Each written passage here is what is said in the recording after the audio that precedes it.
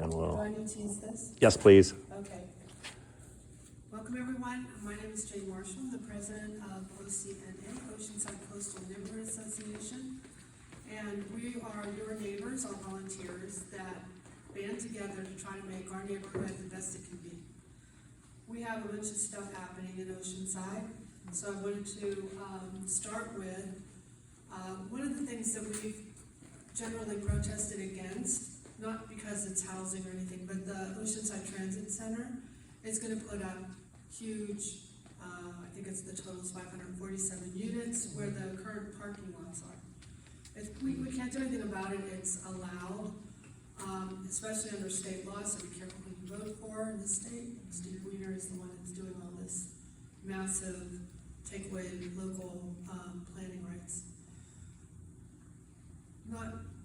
Notwithstanding, the Oceanside Transit Center, we're not fighting anything about the actual construction. We're fighting the movement of the bus bays from where they are currently on the Seaside, which is a collector street, so they're wider, they have traffic lights, it's easier for bus traffic. And instead they want to route the buses onto Michigan and Missouri.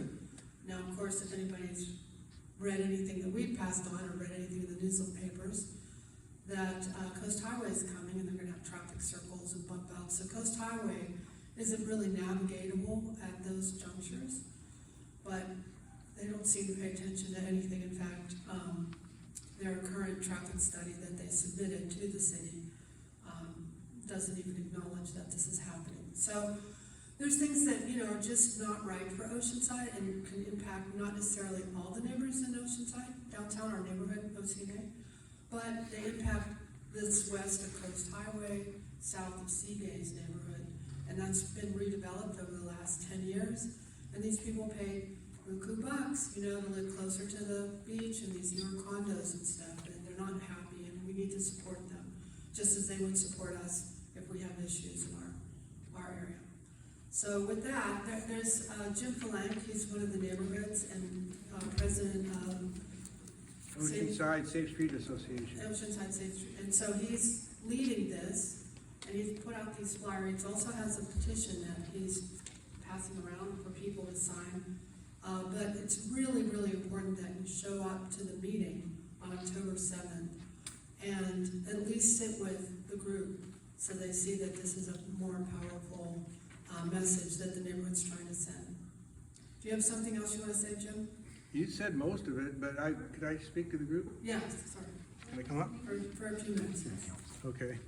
And everyone signed in, right? At the time? Yeah, 4. It's Tuesday instead of Wednesday at 4. There's power in numbers.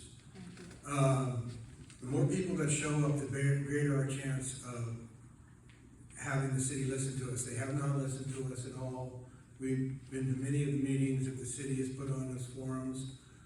And I can tell you from my standpoint, I live on Missouri. My garage is 50 feet from where the buses will be exiting. I'm not only going to witness the construction for 7 years as they develop the site, but when they put the water drainage, the storm drain down Cleveland Street, it's going to be totally disruptive to our community. The project itself is a good project. I like the project. I'm all for property owner rights development. But as Gene said, Missouri and Michigan are only 40 feet wide. They're designed as local feeders to bring your cars to your home and your community. They were never designed for major traffic. Seagaze and Mission Avenue right now, 4,500 to 8,500 cars a day are typically driven on those roads. Our side streets are 1,500 a day. The pavement is thinner. It's just not safe. The way we're going to make a difference is twofold. We need to get the word out to show up at City Council, and when you get to City Council, you need to speak. I'm really encouraging everyone to not just be here tonight, which you are, and to sign this petition before you leave, which we're going to present to City Council. We already have 40 signatures online and in hard writing. But I've handed out a lot of these flyers. I'd like for each of you to grab a handful of flyers each and hand them out to your neighbors. Put them in their windows, put them and then underneath their windshield wipers, put them on their doorstep, get the word out, and we're going to be walking door to door asking for petitions to be signed and handing these out, besides just putting them in cars over the next couple of weeks. They have a special election on Tuesday, the 7th, just for hearing on the Oceanside Transit Center redevelopment. And there's a reason for that, because it's such a big issue. They want to give them enough time to work through the issues. But this is our time to speak, and we need to get out there and tell our neighbors this is a chance to be heard and make a difference. And that's everything you guys said. This is in complete support of what James has just said to you.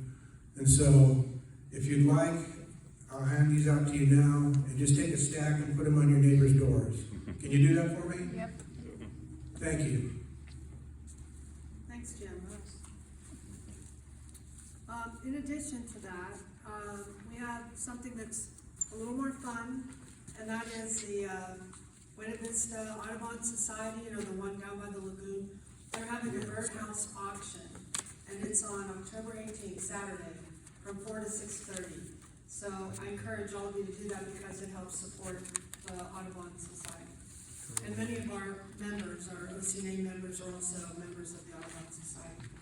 I did want to take a quick poll. How many of you came because of our green newsletter? Most of you? Okay, good. We always check to see because, it is trees and paper, but we get to know a lot of the neighbors by walking around and handing them out. So, and if anybody would like to volunteer to help us, just see me now or send me an email through OCNA, and we'll get you hooked up into something. You signed it already. Meet your needs. So tonight we have some great information from two city employees. One is going to be Neil Irani, and he is going to talk to us about all the construction that's going to be happening with the new sewer lines and water lines that are going in. And he brought the map, right, which kind of shows. Yeah.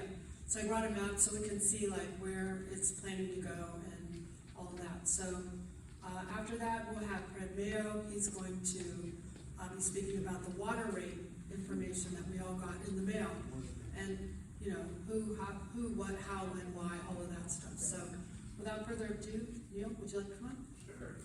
Thank you. Thanks, everybody. Thank you, Jane, for having me. I appreciate it. My name is Neil Irani. I'm a civil engineer at the City of Oceanside, Water Utilities Department. I'm also the project manager for the Downtown Water and Sewer Replacement Phase 2 project. And I see now also I have a typo in the word replacement, so we're off to a good start. But this is a project that's been a long time coming.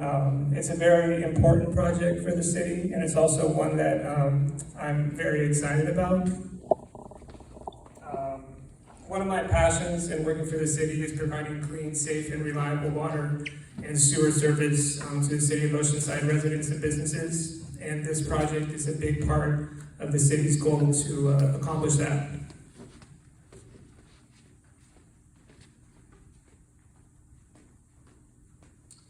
So first slide, what is the project? The city has a large water and sewer system to support its infrastructure. There are hundreds of miles of water distribution main and sewer gravity collection main in the system.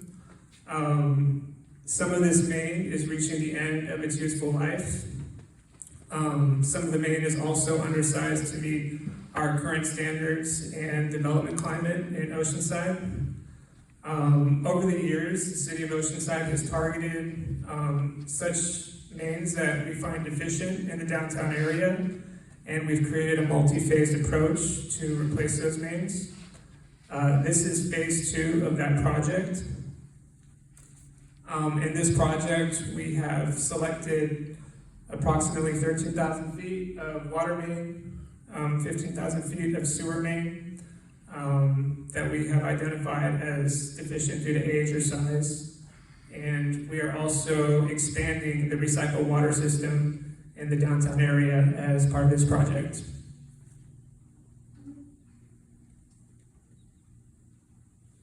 So here is a project map that shows the areas of replacement in the project. The purple line is recycled water expansion. The green line is sewer replacement. And the blue line is water main replacement. Unfortunately, it's not showing up so great on the screen right now. But essentially, the north boundary of the project is Breakwater Way. The south boundary of the project is Wisconsin. The west boundary is the Strand. And we have recycled water main installed all the way to Horn Street on the east. A little better. I think it's a little better. A lot of the work is occurring in alleyways. Some of the major streets with sewer replacement, it's mostly sewer, include Peerview and Surfrider, as well as Seagaze. And we have water main replacement in the Strand, as well as Pacific also. One of the things as a city we had in mind throughout the entire preparation of the bid documentation for this is making sure to minimize impacts as much as possible to local businesses and residences. A lot of those efforts include summer moratorium construction restrictions on coastal areas of the project, work on the Strand, work on Pacific. We won't have any work between Memorial Day and Labor Day. Work on major streets. Throughout the whole project, resident access and business access needs to be maintained at all times. The contractor can't be blocking driveways. They need to maintain bidirectional traffic through their traffic control plans. Work in major intersections that might cause closures will be night work. We're trying to do everything we can to make sure we maintain business and resident access at all times.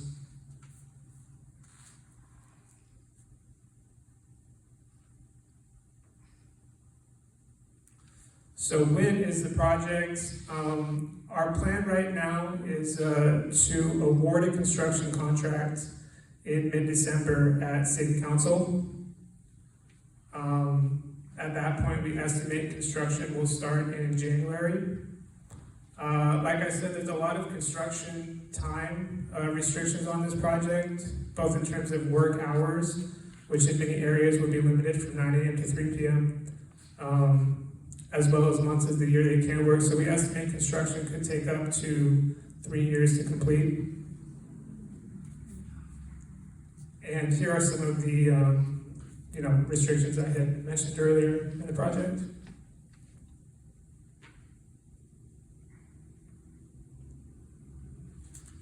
So we realize public outreach is going to be a large part of the success of this project. Currently, we have a page on our city website that we will be continually updating once we have a contractor on board, once they've presented their construction sequencing to us. Once that's approved, we'll start updating the website to keep everybody informed as to what is happening and where. I'm also coordinating with other organizations such as Main Street Oceanside, Visit Oceanside, Chamber of Commerce. We're going to try to get the word out through their social media updates and newsletters.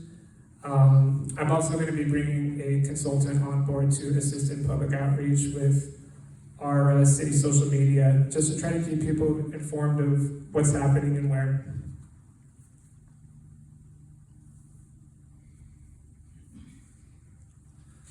So to summarize, this is a project I'm really excited about, and I can't wait to continue upgrading, modernizing our water and sewer system, and this project is a big part of that.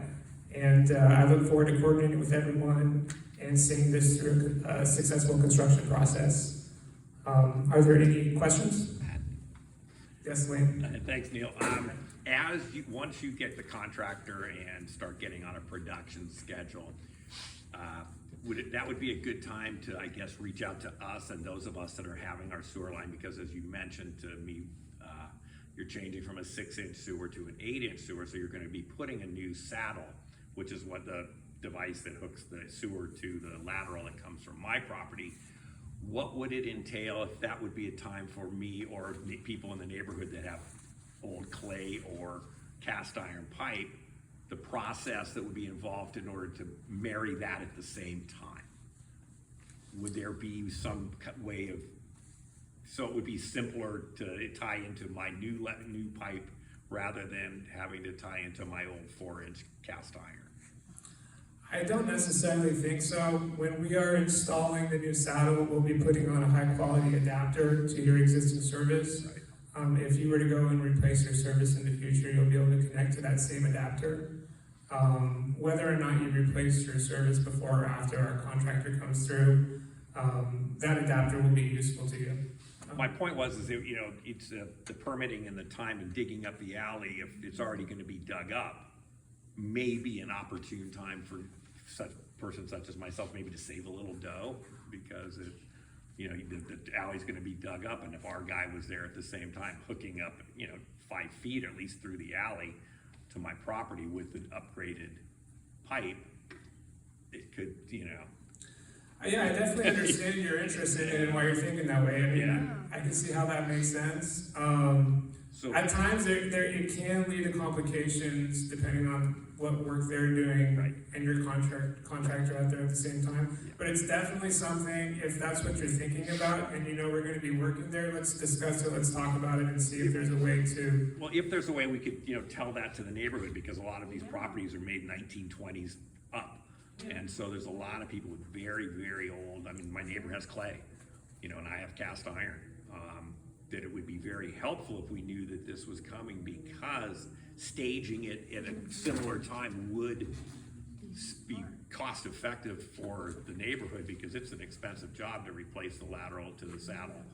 Or at least, you know, from the alley, you could take it to the property line, and so we wouldn't be having to dig up the alley on our own and having to get all those permits, and save the trouble of having to redo that once you guys go and dig up the alley and repave it, or put a new ribbon gutter in, or whatever that looks like. It might, you know what I'm saying, it would be better for all parties concerned, whether the, you know, so we wouldn't have to rebuild the road that you just rebuilt. You know, if we could do it at similar times. You know, I understand the problem, you know, what you're looking at for your contractor, people doesn't want to have to deal with a bunch of people trying to piecemeal stuff in.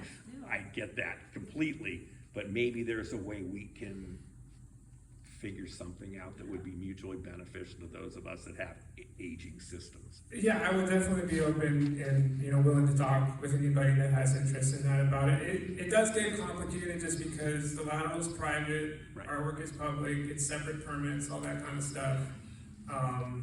But the intent is good that you're trying to. Yeah, I mean, to minimize any, you know, problems for you guys as well, you know, but it would, You can't afford it. well, I'm just, well, then they're gonna tie into your existing Okay, so pipe. I guess the answer to that would be, you and him will talk. Yeah, and then you I'll can read- work I'll- this yeah. out today.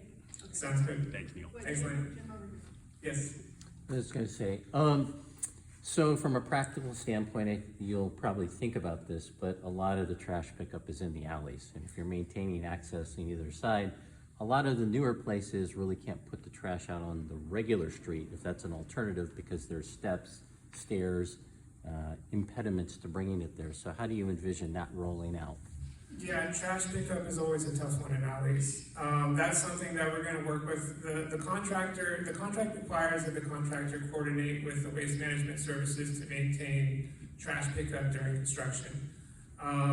Whether that be moving from one side of the alley to the other, or however we're gonna phase that to maintain, you know, either a different location or access for trash pickup.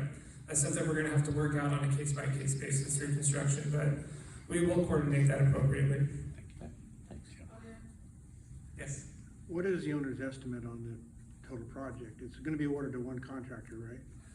That's correct. The owner's estimate, has not been publicly released yet. It will be as part of the bid, and it will be presented to council, but I don't want to announce that just yet because it's not public information yet.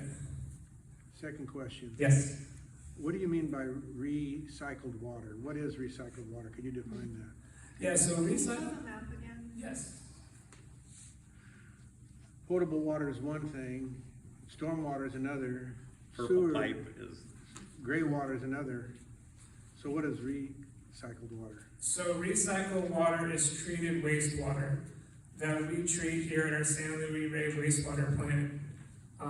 We treat it, we disinfect it to a tertiary standard that is not potable water level, but it's EPA approved for irrigation and other uses such as that. Golf courses is a good example.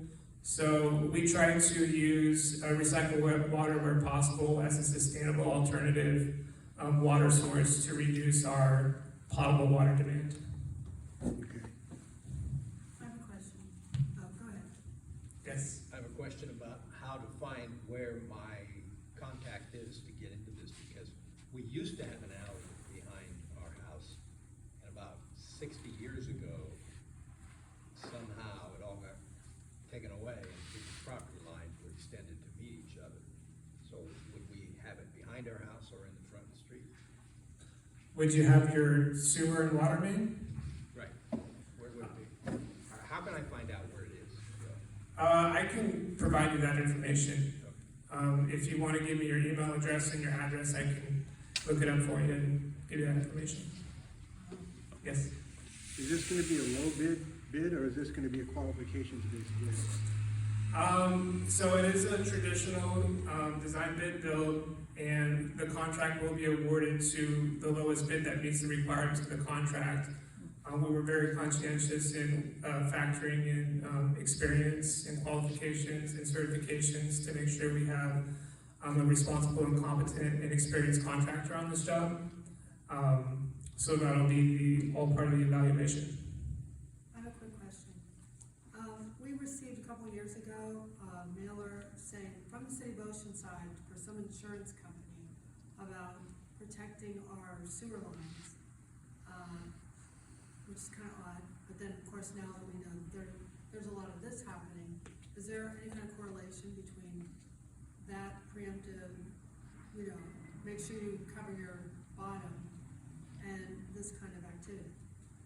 I don't think so. I get those as well. I think it's just an insurance thing for the sewer lateral. for the sewer lateral, yeah, but it has no relation to any work the city's doing or for this project. Okay, another question. Quick question. Yes. Real short question is this funding, which, this is a major project, is this all in existing funds, or is it going to be funds that the city is going to develop to handle this? So this city has been funded, this project has been funded for years now. Okay, We're also trying to utilize grant funding for portions of the work. okay.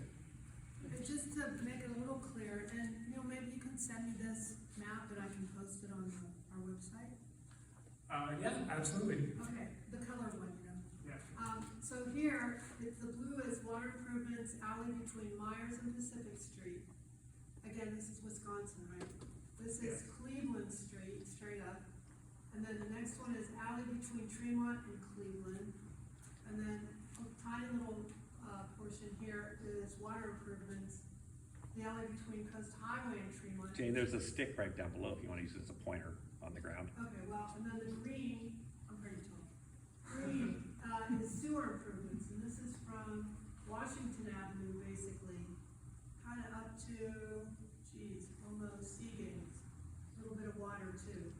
Yeah. And then up here you have alley between Freeman and Coast Highway, alley between Ditmar and Freeman, and alley between Nevada and, Ditmar. So these are all water improvements. And then you have similar stuff over here with sewer. So Clementine's affected, again, this is north of Michigan. Clementine, alley between Nevada and Ditmar, a little bit of Ditmar, alley between Freeman and Coast Highway. And then on Missouri Street, we have some also sewer projects. So I just kind of gave you an idea, and again, I'll get the copy and put it on the website so you can have, for planning or whatever. Do you have any timelines on this? Yeah, so we plan to start construction in January, Okay. and the contractor will be responsible for how they want to phase that up to our approval. And we anticipate project could last up to 3 years. But, okay. So you don't know if it's north to south, south to north? We don't know that yet. Okay. All right. I have another question. I have one over here. Oh, I'm sorry, I don't want to jeopardize all Yeah. the speaking. Oh, no, that's okay. In the alleyways where you're doing the sewer lines, what does it look like? Because I'm on the specific alleyway, Ditmar, between Ditmar and Nevada. Okay. What does it look like? What does the construction look like there? Are you guys gonna be, having to be going into my yard? No. Or are you going to be just staying in the alleyway? We are just staying in the alleyway. We'll have as narrow a trench as possible to replace the sewer in place, while we maintain your sewer service. Okay. And we will reconnect to your sewer lateral with a new, Y, which is the connection from your lateral to the sewer main, and adapter to your existing sewer lateral. Okay, so there's no, I remember you saying that you're trying to be as non-invasive as possible. Yes. You guys are pretty much staying off of private property or off of Okay. people's yards? Yes, we're in the alleyways, we're not entering any private property. Okay. Thank you. Yeah. Yes, sir? I see that there's gonna be more work to put in, water improvements on Cleveland Street, starting at the town lofts on the south end, looks like down to Wisconsin. There's also plans as a part of the transit center project, the OTC project, to put in a stormwater drain pipe from the edge of the property down the same street. How is that phasing going to occur? Because otherwise you could end up with two projects and having the whole street, if it's not properly coordinated, because the times could overlap. That's a great point. Yeah, that is coordination that will occur based on who starts construction first, and also what the pavement requirements are for their project and our project. I mean, we don't want to replicate the same work twice, especially if it's a waste of city funds. So, The way I'd like to see it happen is if you're gonna get in and do it, let's do the whole street all at once, and Right. get it over with. In other words, coordinate the two contractors together to use a similar trench or open up the street once. I don't know how that's gonna work, I don't know what the design requirements are, but there are separation requirements between different utilities, particularly water, and other utilities for public health purposes. Quick question. Yes. Okay, so you're not really sure about it, but when they start to progress and they have a method to the madness as far as who's going to be affected in this neighborhood area, do we get notified by the city or by the contractor that, oh, by the way, you guys are next?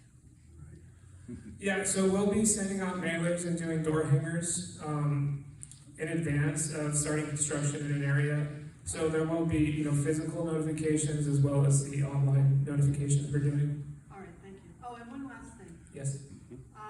The alleyways are terrible, patchwork of this and that and God knows how many improvements.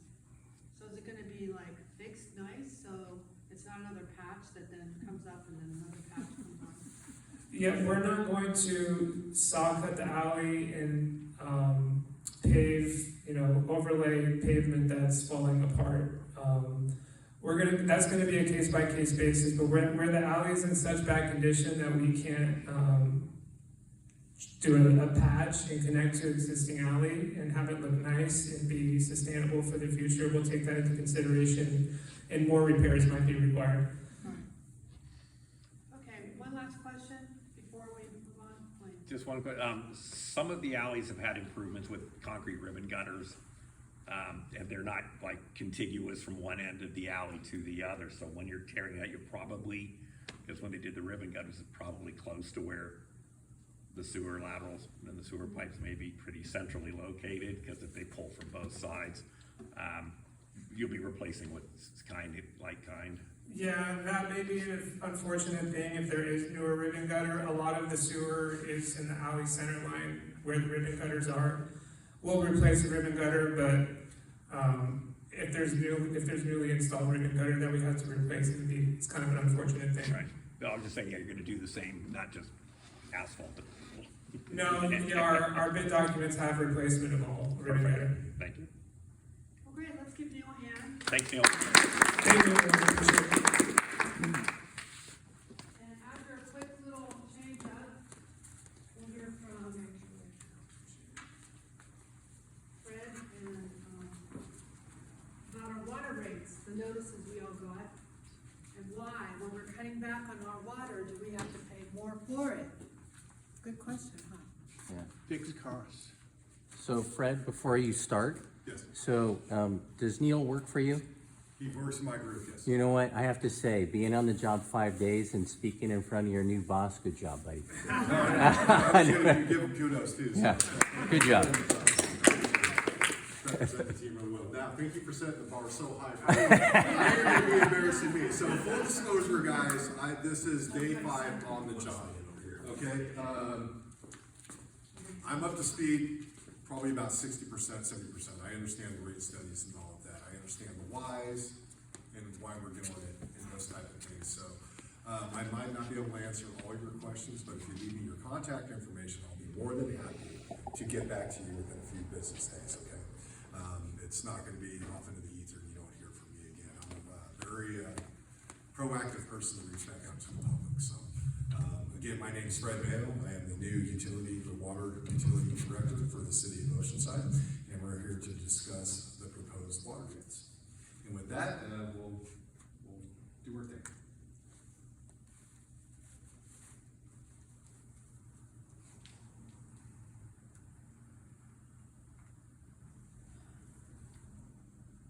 Unfortunately, I'm gonna be looking down at my notes too, so, look at the screen, you guys can see the screen behind me, I'll be referring back to it. We So I'll make apologize that sure we don't I have a represent- teleprompter for you. What's that? We apologize, we don't have a teleprompter for you. I wish, yeah, I can do one of these things the whole time, that would be fantastic. As soon as my ThinkPad is done thinking, we can actually start. Okay. Did everyone sign in at the front? Great. And everybody want to sign the petition? Sign the petition? Okay, great. And is everybody up their membership? Yes? Okay. Just checking. And put the password in. We're on. Okay, so how do I keep the next slide? Either arrow down, or Okay, folks, so I'm gonna start at the top, we're gonna start right at the numbers, what everybody wants to hear. So the proposed water rate increases for potable water, drinking water, we're proposing a 6% increase, between 2026 and 2027. On average, for the wastewater side, we're looking at about a 4% rate increase for wastewater over the same time frame. There's gonna be some other additional increases for fire protection, water services, and watershed protection. I can get back to those numbers a little bit later, but that's kind of the primary piece right here is the 6 and the 4%. On top of that, there's also the pass-through charges that the city has no control over. That's coming from the San Diego Municipal Water District, and we're already paying those pass-through charges. We don't have any say on those, and that's what the Municipal Water District is providing for us. So how does this look? So with the 6% in 26, 27, your average or low use water consumer, that's about 10 units of water a month, which is 748 gallons of water or 100 cubic feet. You can do the math. It's a couple thousand gallons of water. Your rate increase is going to be, it's going to bump up to right around $12 a month. Medium use, anything over 10, but under the tier 2, it's going to be bumped up about $20 a month. And the high-end users, it's going to be, it's more of an impactful because you're in the tier 2. It's a higher water rate, and that's $38 for the impact on your water bill. On our wastewater side, it's a smaller increase. The sewer bills are typically and traditionally lower. So we're looking at, for that lower tier, about $2 extra a month versus the median right around $2.50 a month, all the way up to about $4 a month. Additional charges on the city side of the utility billing That doesn't include the pass-through charges, again, that we have no control over. Now, the pass-through charges, they're at MWD is forecasting the average will decrease in the first year of 2026, down about 1.6%. However, in the following years, 2027, there will be a pass-through charge upgrade, about 11.7%. So our average typical 5/8 meter charge is currently $4.55 in 2026. You'll notice about a 0.2% increase on that, and an increase of the water meter charge of $4.89. Again, these are the pass-through charges. We don't have control on those. The other surcharges are currently $4.35 per unit in 2026. That's an increase of 25%, 25.4%. That's huge. Yeah. It's not cheap. And then in 2027, it'll jump up to $4.99, which is another additional increase of 14%. Again, those are pass-through charges we have no control over. This regional rate comparison this is something I want you guys to really take a look at. Yes, the water and sewer bills are getting more expensive, but if you look as a region as a whole, we are still towards the lower end of it. We're not even in the middle. We're towards the lower end of the cheapest rates in the general area of San Diego County. And I would really like for you guys to kind of look at that and kind of focus on that. Our rates they're going up in price, but they are still towards the lower end of the region as far as our charges. We had an independent consultant come in and help determine to set these rates. This was not some internal discussion. We had professionals go out and look at it based on multiple things. Why are we increasing rates? Well, we all been to the grocery store, we all been to the gas station. Everywhere, everything we buy is more expensive. Same is holding true with the production of water, the movement of water, and the purification of water and the disinfection of wastewater. What do I mean by that? Our energy costs are going up. It's a very expensive obligation to maintain 3 water treatment plants. 4 very soon. A very large wastewater treatment plant. It's very intensive electrical-wise. It's not cheap to move water. It's not cheap to buy imported water from San Diego as well. Those are some of the pieces.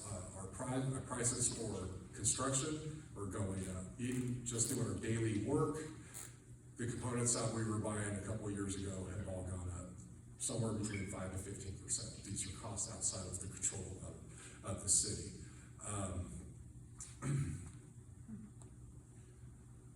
So these are some of the main tenets of why we're raising rates. We're not trying to make a profit. We're not in it for a profit. It's against the law for us to make a profit.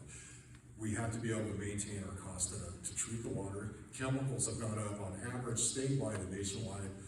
I don't want to give you a hard number, but it's somewhere between 10 to 15% depending on the type of chemicals. And when you're buying large amounts of chemicals for water treatment, that adds up very, very quickly. You guys see your own residential electrical bill, you can imagine what it costs for us to run a treatment plant 24/7, 365. This also helps us to hit our debt servicing that we've taken on over the years for other CIP projects. We have to maintain certain levels to maintain our reserves, so we can do projects like the project we were just talking about. We have some very large profile projects taken off in the next couple of years, and the downtown pipeline replacement is one of those, and they're very expensive projects. And in order for us to keep maintaining and to keep our robust water and wastewater systems working as well as they do, we have to put money into them. There's no more deferred maintenance. We have to update and we have to upgrade our systems. And these are the main reasons why these rates are being asked for and required.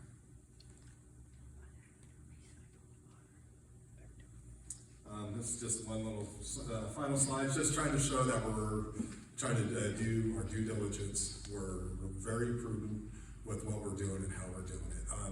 I wanted to touch bases too with you guys so you understand our system size. Our wastewater, our sewer system, we have about 500 miles of pipe. in our city, to convey our city. To give you a good context, that's roughly how far I just moved. I moved about 60 miles north of Sacramento, so it's a little over 400 miles. So if we put pipe end to end, you're gonna go all the way past Sacramento. That's how much sewer pipe we have in the room that we're responsible for maintaining, to make it efficiently convey sewage, that it doesn't leak, and it stays out of our beautiful Pacific Ocean. Notwithstanding just the pipes, we also have 33 pump stations or lift stations. That's a lot of equipment, that's a lot of pumps, it's a lot of programmable logic controllers. There's the SCADA systems that go with it, there's security systems, there's buildings that house these computers and the pumps, and the piping and the special valve that goes with it. It's a tremendous amount of work, it's a tremendous amount of assets, and it takes a lot of due diligence to keep things moving. I've been in utilities for well over almost 25 years at this point, and I've been through wildfires, I've been through blackouts, I've been through different situations, and the public can handle when the power goes out better than they can handle when the water faucet turns off or their sewer doesn't work. Civilization gets kind of unruly pretty quickly when the water tap doesn't work. So by doing these things, these capital improvement projects, it ensures our reliable and efficient, safe drinking water and our sewer collections and to remove the wastewater from your house. It's a big operation, it's a huge enterprise to get water to your house, and it's equally as big of an operation to remove that water from your house. We're pulling water, we're getting water from different sources, a lot of it's primary from Northern California, there's a lot of hard costs in those as well. So that's kind of the who's, the what's, and the whys, and I'll take questions from that. So I'm sure there's a few. Yes, ma'am. Okay, so, we have a new recycling plant, Pure Water. Yes. You said there's another one coming on board. Is that another Pure Water type? It's the pure water site, yeah, we're doing some upgrades to this, I might have missed one. Okay, all right, and then, so we have three basically. How much of the Pure Water, reduces our need for these external water sources?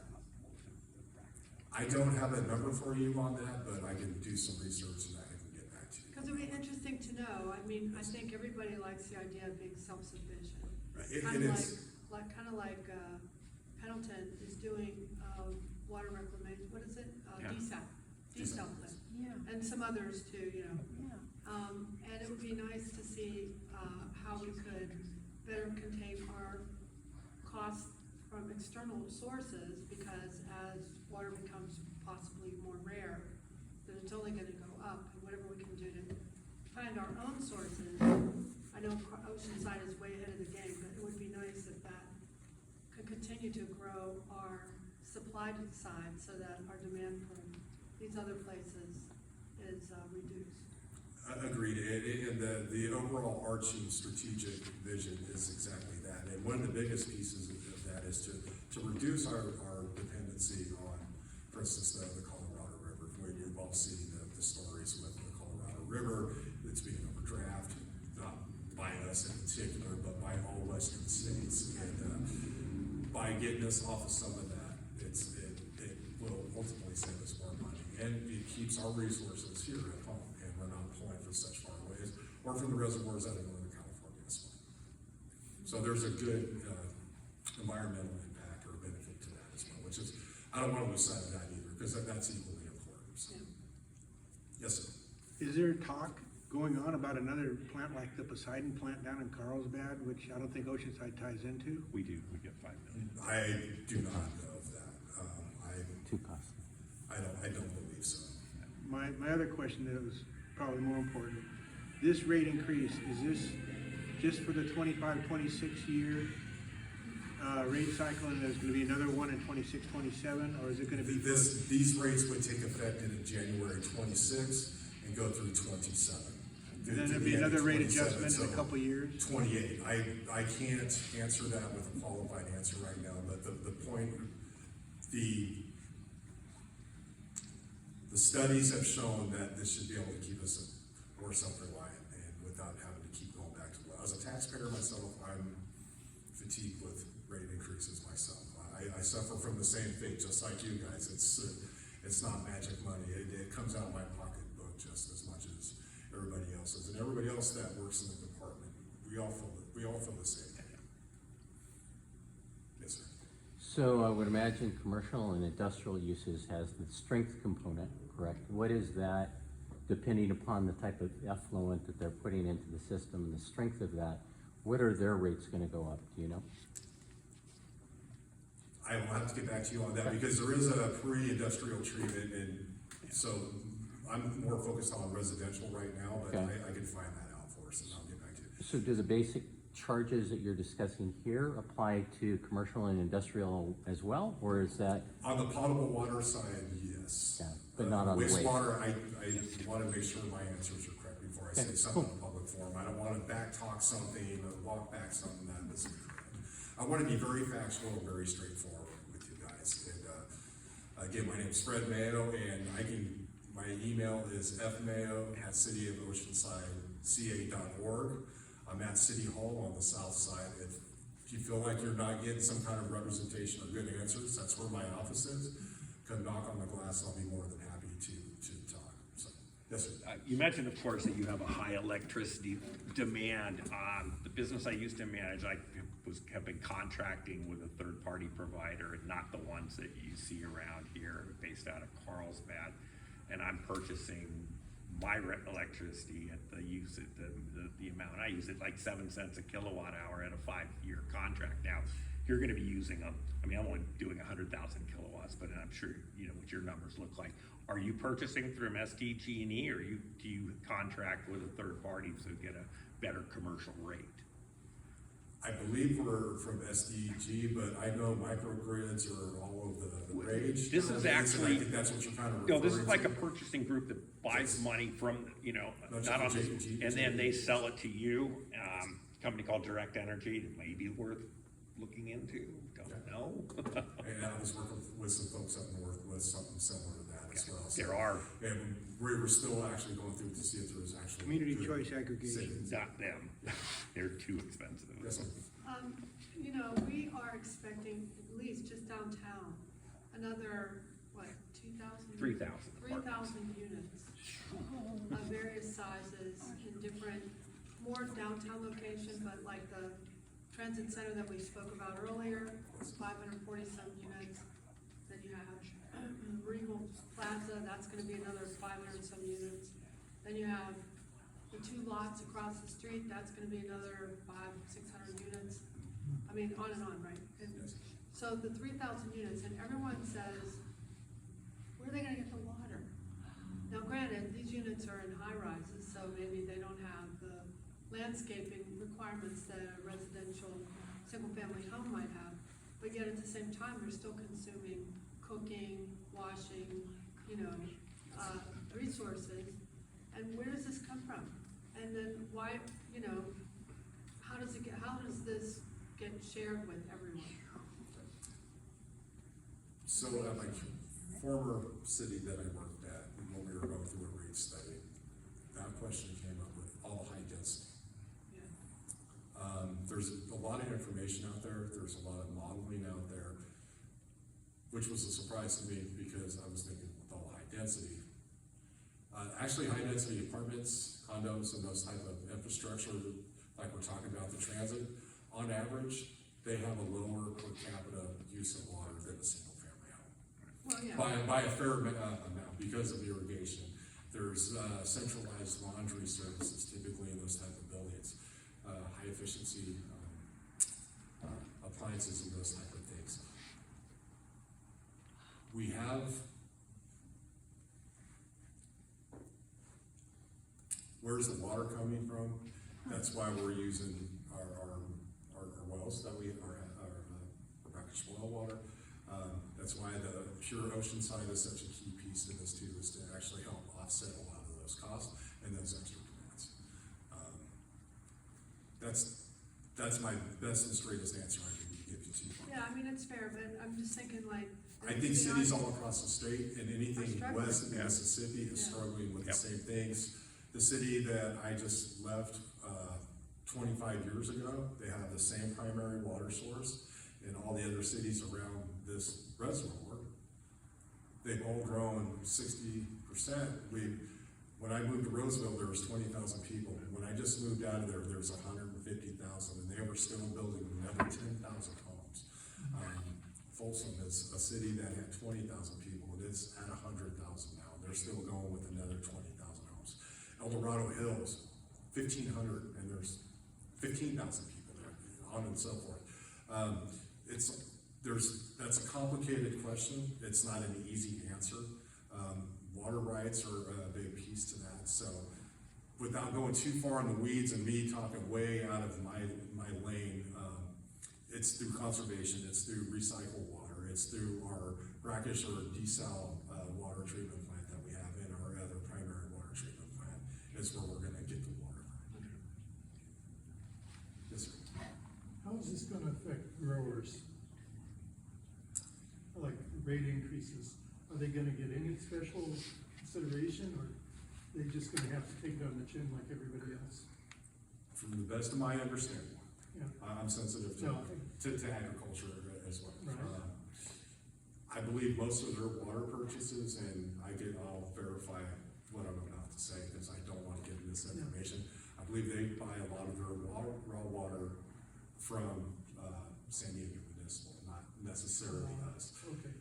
Agriculture, they could use recycle. That's another beautiful thing about recycled water. It is a safe water to use as long as it's not spraying on the fruit or on the nuts or the consumable part. It can water, it can irrigate around the roots and on the leaves, but not on the edible parts for, like nuts and peaches and things like that. Or corn, for example. But I believe their primary, their water purchases are from the county and not us. Okay, thank you. Okay, one more question. I know there's somebody here with a burning desire. I Yes, just sir. wanted to emphasize the Clean Air Act, that the city touts the Clean Water Act, but not the Clean Air Act.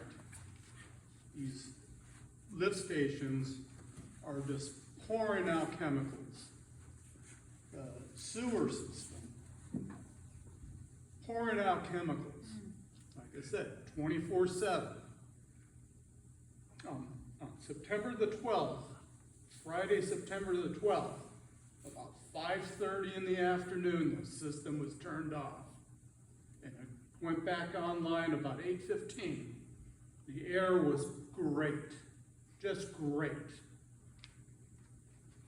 A lot of people don't notice how bad the air is here. I can't even smell it, but I know there's polyurethane in the air because my lower jaw is getting numb. Please do something about the air quality. Clean Air Act. All city-owned facilities are compliant, with the Water With the Quality water. Clean Water Act, absolutely 100%. We are also compliant with the Air Resource Control Board as far as our equipment and those type of pieces. I want to make sure that's abundantly pushed out on this message.